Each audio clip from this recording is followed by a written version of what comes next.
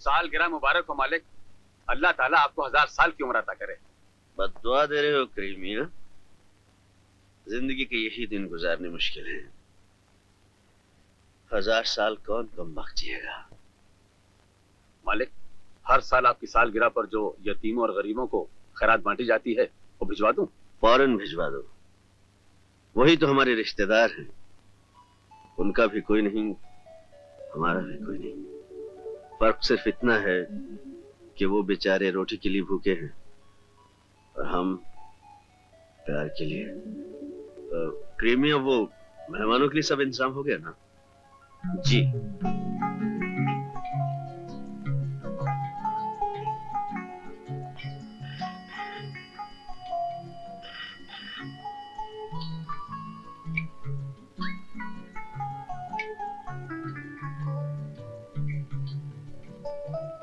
मालिक, आपका फोन।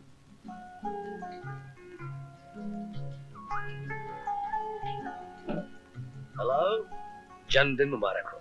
शुक्रिया, बहुत बहुत शुक्रिया। बहुत शोरगुल सुनाई दे रहा है। काफी बड़े बड़े लोग आए होंगे वहां, नहीं? हाँ, काफी बड़े बड़े लोग आए हैं। इतने बड़े कि उनकी बड़ाई बयान नहीं की जा सकती। Anyway, happy birthday once again. Thank you darling, thank you very much. मालिक, मुन्नी बाई की क्षमा आज नहीं आएगी। क्यों?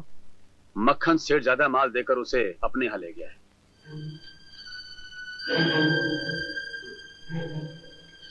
मक्खन? ये रही क्षमा। आप लोग इसके नाच और गाने से दिल बहलाओ। बाद में हम इसके हुस्न से अपना दिल बहलाएंगे। मान के मक्खन सेठ, उस साले को अच्छा सबक।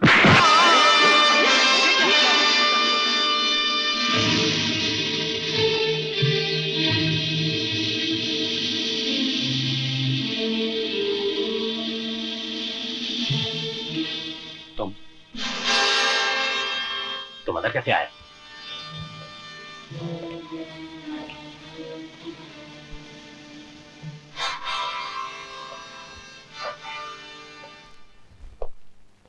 ये मुन्नी बाई का कोठा नहीं है, ये मेरा घर है। निकल जाओ यहाँ से। मुन्नी बाई का कोठा इस घर से ज्यादा ऊंचा है। शमा एक ही महफिल की जीनत बन सकती है और वो महफिल है राजेश्वर की। शमा, हमारे साथ आओ। क्षमा नहीं जाएगी। तुम पुलिस को फोन क्यों नहीं करते? दौलत आ जाने से अक्ल नहीं आ जाती। पुलिस को बुलाकर अपनी इज्जत का जनाजा निकालना चाहते हो? हम तो बदनामे जमाना है। हमारी बदनामी के समंदर में एक गिलास पानी और घुल जाए तो हमें फर्क नहीं पड़ेगा, लेकिन तुम इज्जतदार लोगों की इन काली करतूतों का जब तुम्हारी इज्जतदार सोसाइटी को पता चलेगा तो तुम सबका क्या होगा तुम अच्छी तरह जानते हो। तुम्हारे बाप ने तुम्हारा नाम ठीक ही रखा है, मक्खन। ठंडे लोगों में रहा करो, तबीयत ठीक रहेगी। आग से खेलोगे पिघल जाओगे। क्षमा।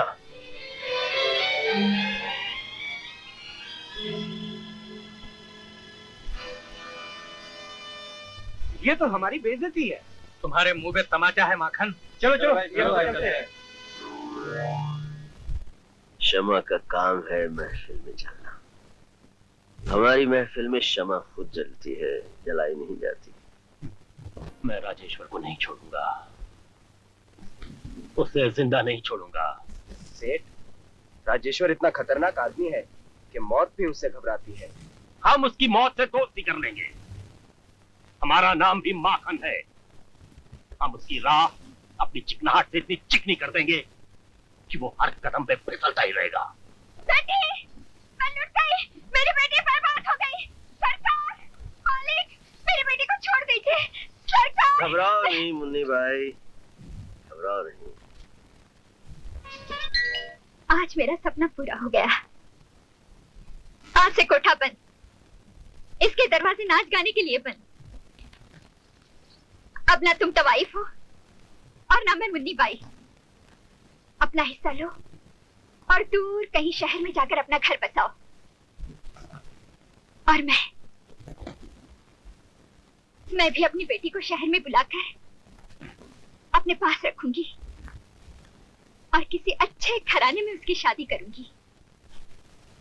चाची, ये सब कितना पैसा होगा? कम से कम 4 लाख रुपए होंगे। मैं तुम्हें 5 लाख दूंगा। सेठ जी? हाँ, 5 लाख। लेकिन सेठ जी, राजेश्वर क्षमा की कीमत दे चुका है। मैं क्षमा की कीमत देने नहीं आया। तो फिर? तुम्हारी जुबान की कीमत देने आया हूँ। मेरी जुबान? हाँ, तुम पुलिस के सामने बयान दोगी कि राजेश्वर जबरदस्ती क्षमा को उठाकर ले गया। नहीं। और उसकी इज्जत लूट ली। नहीं नहीं सेठ जी, मैं ये झूठ नहीं बोल सकती। ये झूठ तो तुम्हें बोलना ही होगा मुन्नी बाई। उसने मेरे घर में घुस के मेरे दोस्तों के बीच मेरे मुंह पे चांटा मारा है, मुझे बेइज्जत किया है। अब जब तक मैं उससे बदला नहीं लेता, मैं चैन से नहीं रह सकता। मैं तुम्हें मुंह मांगी कीमत दूंगा। 6 लाख। 7 लाख। 7 लाख मुन्नी बाई, 7 लाख। बहुत बड़ी रकम होती है, सोचो मत, कर लो ये सौदा। मुझे मंजूर है सेठ जी। 7 लाख के लिए मुन्नी बाई 7 बार अपना ईमान बेचने के लिए तैयार है। जुबान क्या चीज है? मान ला और खरीद लो जुबान। Hello, Kamal speaking. What? Rajeshwar और रेप? Oh no. ठीक है, मैं भी आया। आइए, अपनी आंखों से देख लीजिए। उस जानवर ने मेरी बच्ची को कैसे वहशी तरीके की तरह नोच डाला, मार मार कर इसे मना कर दिया है।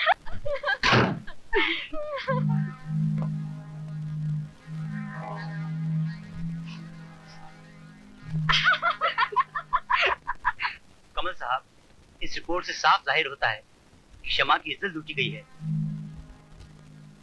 उसके साथ बलात्कार किया गया है।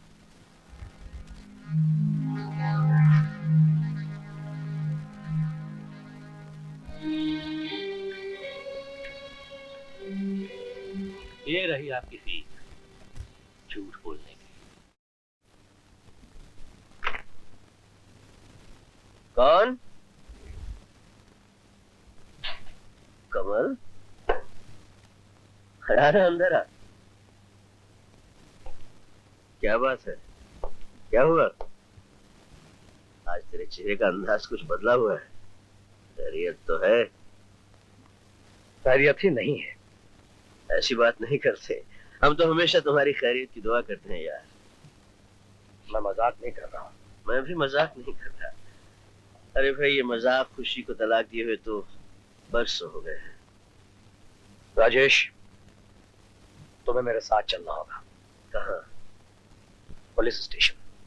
क्यों भाई? तुम्हारी गिरफ्तारी का वारंट अपने साथ लाया हूं।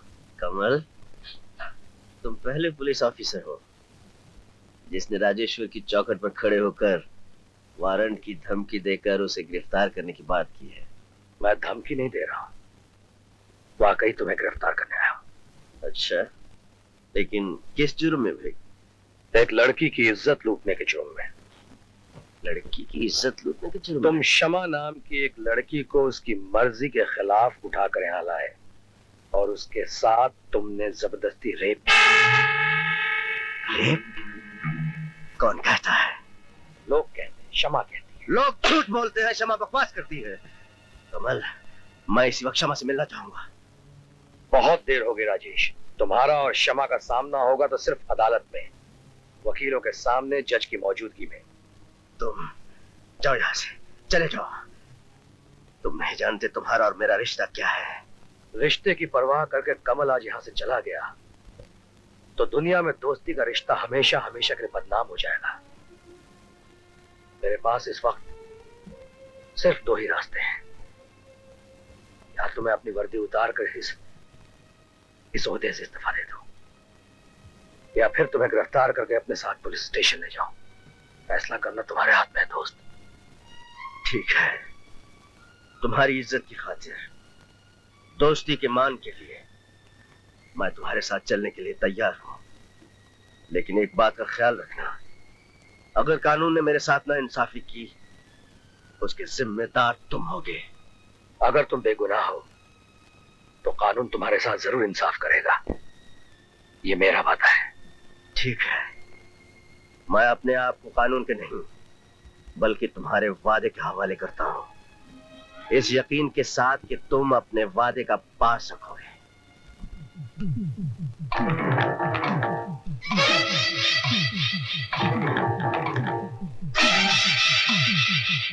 दुश्मनों के चेहरों पर रौनक आ गई है मालिक।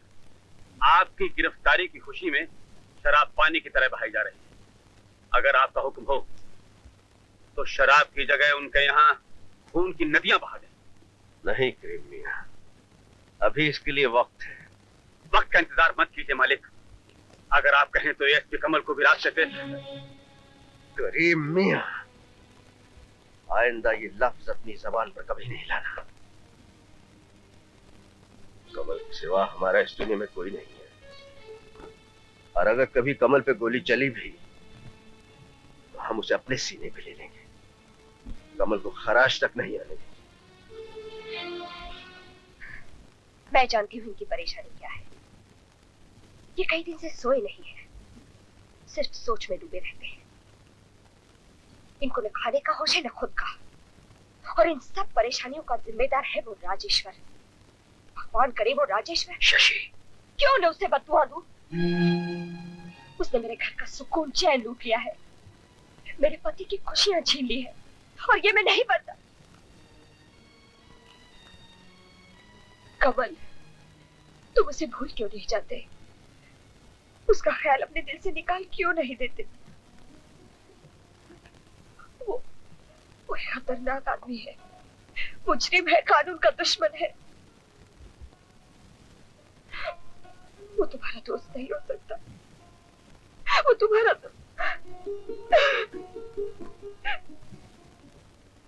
मुजरिम माँ के पेट से पैदा नहीं होता, लोग बना रहते हैं उसे। वक्त का तूफान इंसान को जुर्म की दलदल में फंसा देता है। वही राजेश्वर के साथ हुआ है। राजेश्वर, राजेश्वर, राजेश्वर, मैं उस आदमी को भुलाने की कोशिश कर रही हूँ, और तुम फिर से उसी राजेश्वर को बीच में लाते हो। हाँ, मैं राजेश्वर को बीच में लाता हूँ और हमेशा लाता रहूंगा। मैं जिंदगी भर राजेश्वर को नहीं भूल सकता, मरते दम तक नहीं भूल सकता हूँ शशि। मेरा रोम रोम राजेश्वर के एहसानों का कर्जदार है। आज कमल की सोसाइटी, समाज में जो इज्जत है, उस इज्जत की पेड़ को राजेश्वर ने सींचा है। मेरे कॉलेज के दिनों में उसने अपनी मेहनत से कमाए हुए पैसों से मेरी फीस भरी। खुद भूखा रहता लेकिन मेरे लिए किताबें खरीद कर लाता। मैंने इम्तिहान दे दिया और बाद में लोगों ने मुझे बताया कि फीस भरने के लिए उसने क्या कुछ नहीं किया, क्या क्या तकलीफें नहीं उठाई। उसने मुझे तरक्की के मैदान में आगे बढ़ा दिया और खुद पीछे रह गया। कमल एक पुलिस ऑफिसर बन गया।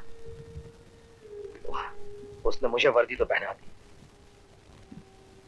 मगर वक्त ने उसे मुजरिम का लिबास पहना दिया। अगर उस दिन राजेश्वर ने मेरे लिए कुर्बानी ना की होती तो हो सकता है शशि, आज राजेश्वर कमल की जगह होता और कमल मुजरिम बनकर जेल की सलाखों के पीछे सड़ रहा होता। इसलिए मैं तुमसे रिक्वेस्ट करता हूं, हाथ जोड़कर प्रार्थना करता हूं कि कभी भूल कर भी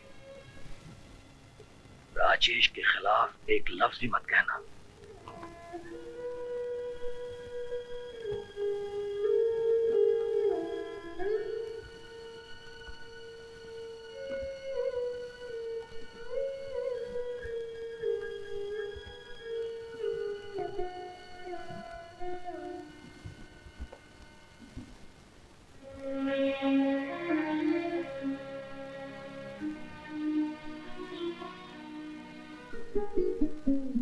अंधेरे में ऐसे अकेले मत खड़े रहना, प्लीज।